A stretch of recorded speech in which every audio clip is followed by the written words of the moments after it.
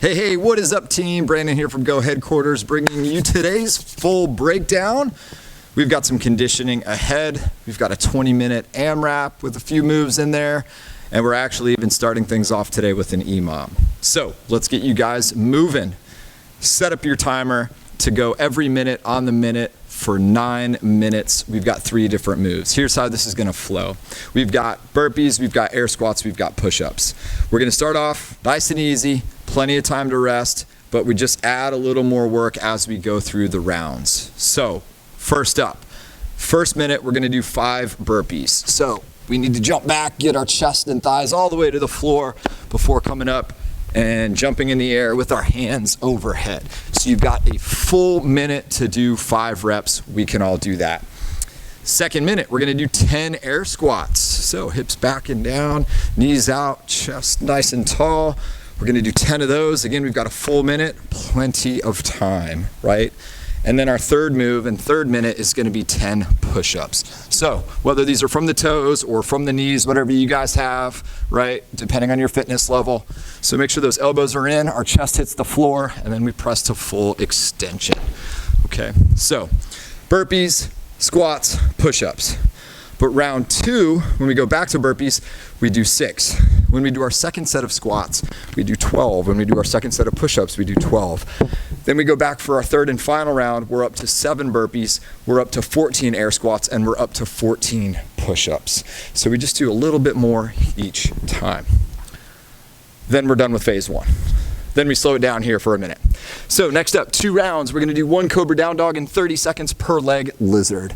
So Cobra, hands are outside the chest, elbows are squeezed in, squeeze your butt nice and tight, and then roll up 1 vertebrae at a time until you feel like you're kind of maxed out and you can't roll up 1 vertebrae at a time anymore. Hang out here for a while, and then disengage that. Then we will press up, and then from here we go hips up, heels down, pressing hard through the arms. We're trying to find a good stretch through the hamstrings and calves. Okay, hang out there for a while. So from down dog, we're gonna step into lizard. This is all about getting those hips open. So we're in basically our push-up plank. I'm gonna step up and outside my hands. So I've got a vertical shin. My back leg is relatively straight, but it's definitely off the ground. And we're gonna try to just sink these hips down. So you might need to stay up on your hands. You might need to climb down to your forearms depending on your mobility, okay? But you're gonna hang out on this leg for 30 seconds, and then of course switch legs, 30 seconds on the other leg. So 2 rounds, 1 Cobra down dog, 30 seconds per leg lizard. And then we move on. So here comes the AMRAP, folks. We need a lunge version, we need a jump rope, we need a kettlebell or a dumbbell, and then just sit-ups on the floor. So if you have mat of some kind, that's cool. So 20 minutes on the clock, as many rounds as possible. 20 total lunges, 20 double unders, 20 kettlebell swings, and 20 sit-ups. So for the lunge, here's what I'm looking for. 2 kind of main options for you guys.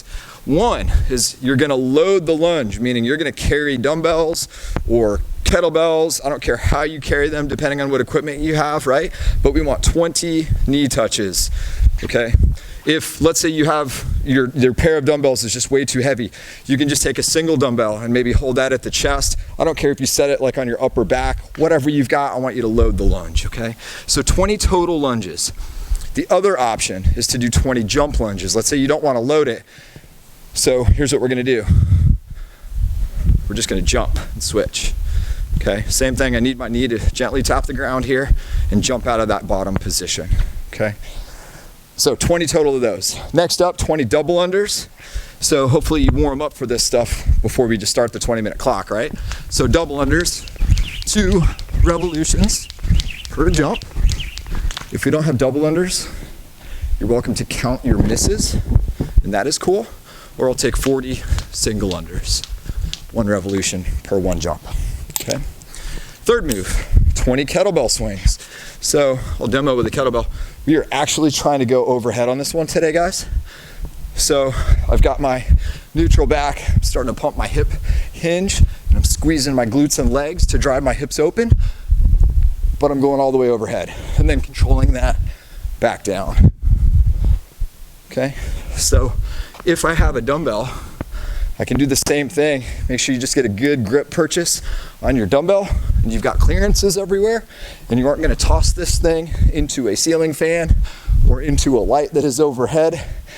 So once we start taking implements overhead in our homes, we've got some low ceilings. Be aware of your surroundings.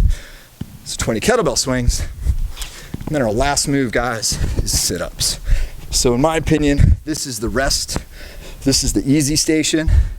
Then I'm gonna try to stay on the gas here to get to the next round, but this is definitely allowing my heart rate to drop down. So shoulder blades have to touch the floor, and then we've got to breach 90 degrees with the spine at the top. So 20 minutes, as many reps and rounds as possible, 20 lunges, whether they're loaded or jumping, 20 double unders, 20 overhead kettlebell swings, and 20 sit-ups. So expect to get quite a few rounds there if you're comfortable with those movements, especially if you're not going to get held up on the double unders. You should get quite a few rounds on that routine. Then catch a big breather, fully recover from that, maybe put your gear away, and then let's do some core work. So for core work, we're going to do 4 rounds, 8 stalder leg lifts and 8 skydivers. So the stalder leg lift is a tough one. This is something we've covered before. I'm maybe going to try to demonstrate this on a kettlebell today. So I've demonstrated this before. The most common method is to use a bumper plate. So if you have access to that, great. That's what I'd recommend. I've demonstrated this with dumbbells also, like a pair of dumbbells sitting here.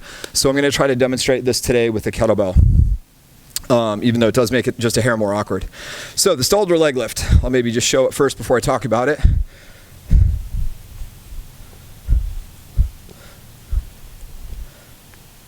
Okay, so what I'm doing is I am going to just touch the object with my fingers. I'm going to lock my knees and point my toes, and I'm basically lifting my legs at the same time, and I'm tapping on the surface of the object and then tapping the floor. But it's always under control. At no point am I resting on the object or am I resting my legs on the floor.